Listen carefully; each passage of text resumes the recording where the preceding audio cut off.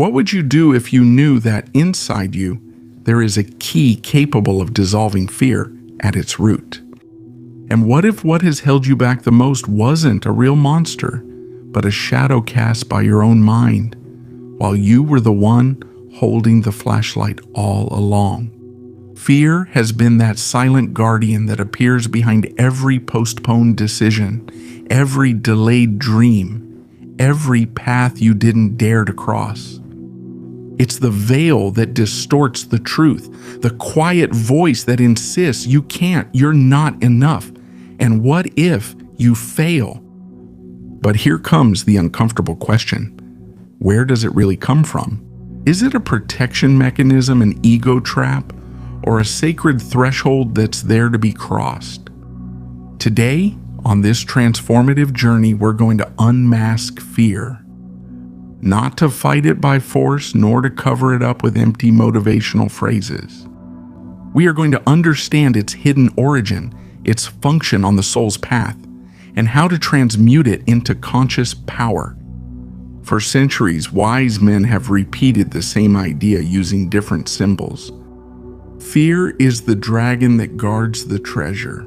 And that treasure is not something external, it's you, your inner light, your true self, your real ability to create your life. But to get there, there's an inevitable condition: to look the dragon in the eyes, not with violence, but with awareness. In this video, we are going to reveal what fear really is from an energetic and spiritual perspective. Why does it become a blockage in modern life? How has it been used to manipulate, and above all, the ancestral teachings and deep practices that allow you to free your mind and your vibrational field from its control? Because there's something that almost no one tells you: you can become invincible. Not because fear disappears, but because you learn to walk with it, to integrate it, to transform its shadow into clarity. Fear doesn't dissolve when you reject it. It dissolves when you understand it. You are about to cross a threshold, not a physical one, but an internal one. A portal to your deepest power, and you only need one thing to go through it: the courage to look within. Are you ready to awaken the warrior of light that has been sleeping inside you? Fear is not new. It wasn't born with you or with your generation. It's an ancient presence, a shadow that has accompanied humanity since its first steps. And to truly dissolve it, you first have to trace its path through time. At the dawn of human experience, fear had a clear function: to protect. It was the biological alarm that activated the body when a predator was near, when fire threatened, when the cold put life at risk. It was useful, even sacred. It kept our ancestors alive. But something changed. When it was no longer necessary to survive the outside world, that alarm began to go off. In the face of threats, internal threats, many of them imaginary: rejection, humiliation, failure, loneliness. Thus, fear stopped being an ally and became a silent jailer of the soul. The oldest esoteric traditions knew this. From the Vedas to Hermeticism, from shamanism to Gnosis, they all agreed on something. Fear is not just instinct. It is a vibrational energy that lodges in the body and in the psyche. Where there is fear, there is an energetic barrier that separates the human being from their inner divinity. The Vedic texts spoke of Maya, the illusion of separation, as the root of fear. Fear arises when we forget who we are. The Gnostics taught that fear is an archontic veil, a distortion that keeps consciousness trapped in a limited perception. The ego, that false self that fears disappearing, feeds fear to maintain control. In shamanism, fear is not denied. It is faced. One enters into dialogue with it. It is transformed through ritual, vision, and expanded consciousness. And in classical philosophy, the same truth appears in different words. Epictetus stated that it is not what happens that frightens us, but the interpretation we make of it. Plotinus said that the soul is freed from fear when it lifts its gaze toward the eternal. Even Christian mysticism was direct. Fear is the absence of love. St. John expressed it bluntly. Perfect love casts out fear, because where there is light, darkness cannot remain.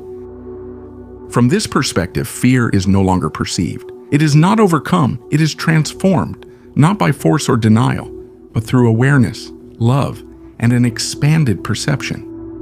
It's a door disguised as a shadow that only opens when we stop pushing, and we start to observe.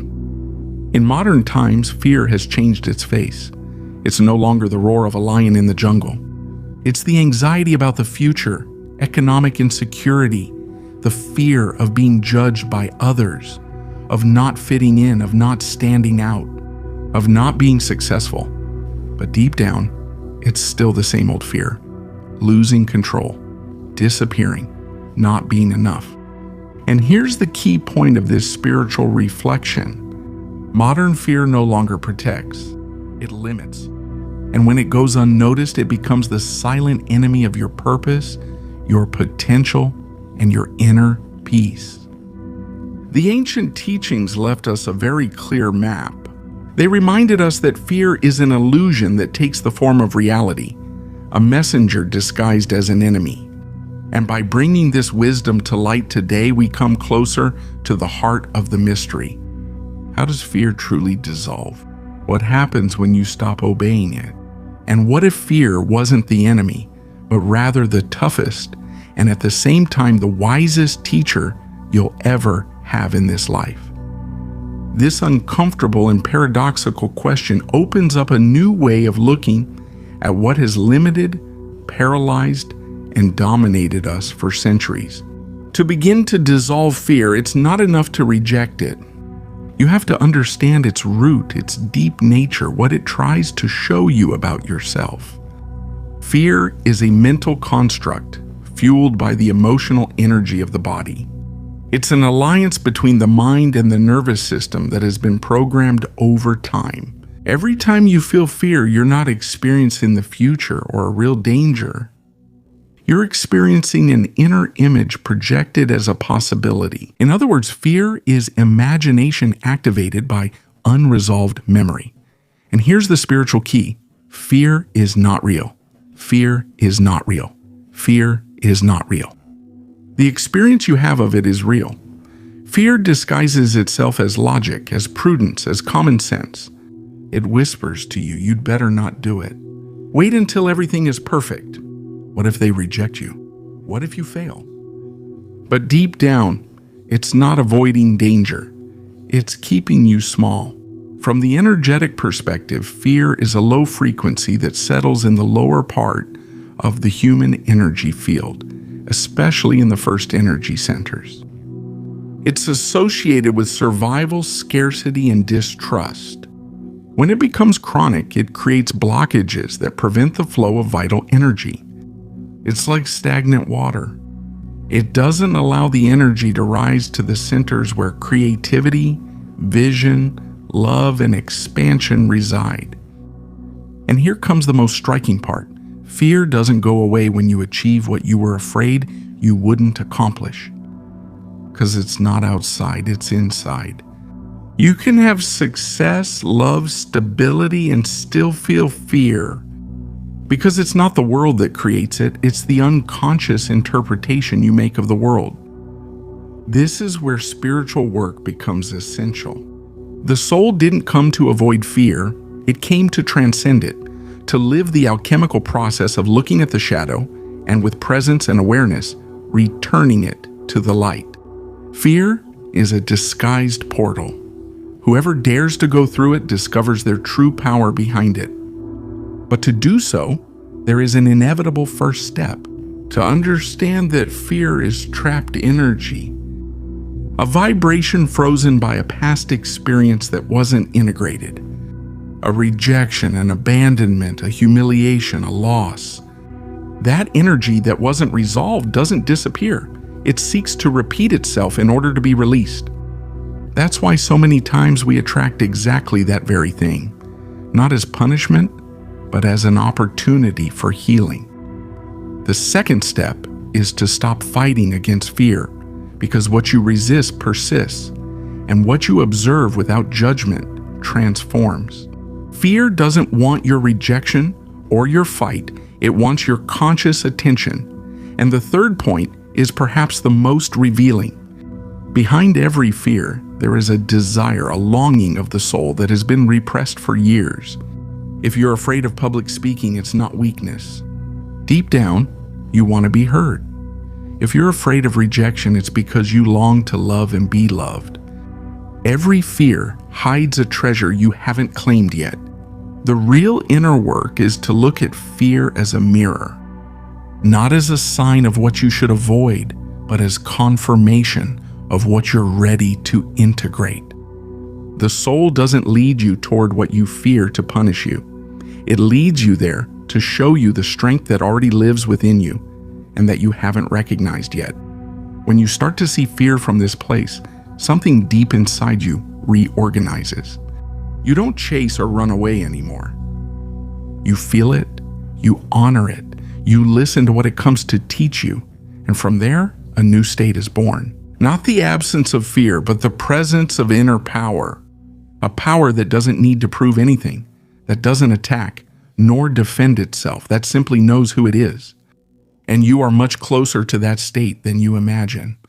We've already understood that fear is not an enemy that needs to be destroyed, but an energy that needs to be understood, faced, and transmuted. Now it's time to go further and see how, step by step, it becomes real spiritual power. This process is what many traditions call the fire of initiation. The ancient alchemists didn't work only with metals, they worked with the soul. For them, the lead of fear was the raw material for the gold of awakened consciousness. This metaphor, as ancient as it is relevant today, still guides those who choose to look at their shadows not as flaws, but as keys to evolution. But what does evolution mean? But what does it mean to transmute fear in practice? First, understand that fear is felt in the body. It lives in the nervous system. It is felt as a knot in the stomach, a constricted chest, and the automatic impulse to flee. That's why transmutation begins by feeling it fully without merging with it. Most people don't feel their fear. They block it, rationalize it, or turn it into aggression. The true alchemist does the opposite. He remains present within the emotional fire, as if saying, "Here I am. I don't run away. I don't fight. I don't deny. I observe." And in that instant, something profound happens. Fear begins to dissolve, not because it was conquered, but because it was held with presence. That presence begins to reorganize the energy in the body. But it's not enough. The second stage is to reinterpret fear. Because what we call fear is often just a label for deeper messages from the soul. If you're afraid of failing, the question isn't, how do I avoid it? But rather, why do I need success to feel worthy? There it becomes clear that many fears are born from a mistaken idea about who you are. And that idea can be rewritten. Here we enter the realm of consciousness. You are not your fears. You are the space where fear appears. This realization changes everything. When you identify with fear, you make it stronger. When you observe it from a broader awareness, it loses its power. It's no longer the center, it's just a visitor. However, if this video spoke to you, it's because the noise no longer serves you. There are ideas that aren't meant to be read. You hear them when you walk, when you drive, when you're alone. That's why I use audiobooks on Audible. Voices that keep you company while fear turns down the volume. You get 30 days free through the link in the description. It's not entertainment, it's conscious companionship. And here comes a key spiritual tool: conscious breathing. When you feel afraid, breathe. Not automatically, with intention. Send your breath to the place where you feel the tension. Inhale with the message, "I am present." Exhale with the message, "I release this fear." This simple practice reprograms the body. It activates the parasympathetic system. It brings back a real sense of inner safety. And there's something else. Fear needs to be expressed, not through drama, but through truth. Through art, through movement, through mindful speech. Many traditions taught that unexpressed emotions become embedded in the soul. That's why singing, dancing, crying, and writing from deep within are not secondary acts. They are sacred rituals of energetic cleansing. And finally, we reach the stage of vibrational replacement, because once you empty the vessel of fear, you can't leave it empty. You have to fill it with faith, with gratitude, with vision. Visualize, affirm, repeat with conviction. I am safe, I am guided, I am ready to be who I came to be. This isn't just something nice to say, it's something real. It's quantum. Because the universe doesn't respond to your words, it responds to your frequency. When you start vibrating from certainty and not from doubt, the field responds. Synchronicities appear, opportunities, paths you didn't see before. Fear stops being your jailer and becomes your guide, your threshold, a rite of passage. And when you cross it, on the other side, there is no emptiness. There is freedom. And here comes the most important part. You don't need to be ready to start this process. You just need to decide. Decide that you will no longer obey the shadow. That you will walk even if your legs tremble. That you will love even if it hurts. That you will speak even if your voice breaks. Because on the other side of fear is the life your soul always knew was possible. Now that you understand fear as energy, as a teacher, and as a doorway to your inner power, it's time to bring this down from the philosophical to the everyday. Because true spiritual transformation doesn't happen in books or theories. It happens in real life, in your daily decisions, in pensamientos repetidos, en cómo respondes cuando el miedo toca tu puerta. Aquí tienes Thank you. To begin to release that limiting energy and walk confidently toward your inner invincibility. First, recognize fear by name and form. Denial feeds fear. When you ignore it, it grows in the shadows. When you name it, it loses power. Every day, take a moment, close your eyes, breathe deeply, and ask yourself honestly, what am I afraid of today? Say it out loud or write it down. Without censorship, without judgment, make it visible. Simple and real examples. I'm afraid of being alone. I'm afraid of failing at this project. I'm afraid of not being enough. Second, turn it into an empowering mantra. Once you've identified the fear, turn it around. Create an empowering affirmation. Words have power, and what you repeat with emotion ends up shaping your reality. Example, fear. I'm afraid that no one will listen to me.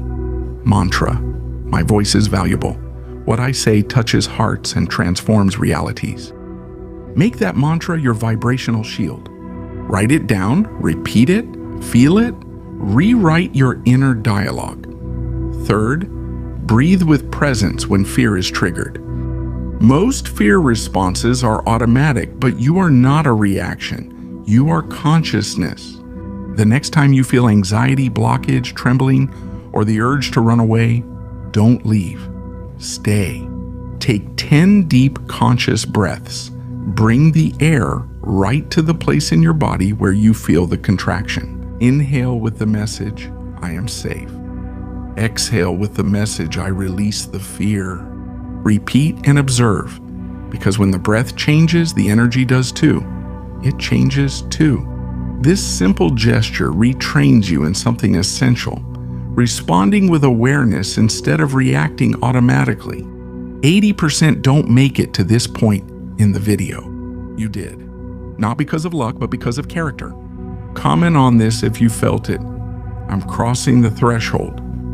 Fourth step, symbolically face what you fear. Fear doesn't dissolve by thinking, it dissolves by acting. Theory doesn't touch it. That's why every week, do something that makes you a little uncomfortable. Record that video you've been putting off. Speak a truth you usually keep to yourself. Approach someone. Accept a challenge. It doesn't matter how it turns out. What matters is doing it even if you're afraid. Each of those micro actions sends a clear message to your subconscious and to the field. The shadow is no longer in charge. You are. You're at the wheel. 5th, clean your energy field every day. Fear sticks to energy just like dust sticks to the body. That's why spiritual hygiene is not optional. And no, it doesn't have to be complicated.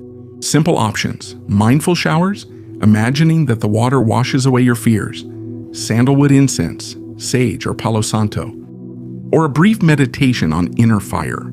Visualize a flame in your solar plexus burning away doubts and tensions. Doing this daily raises your vibration and keeps you steady when storms come.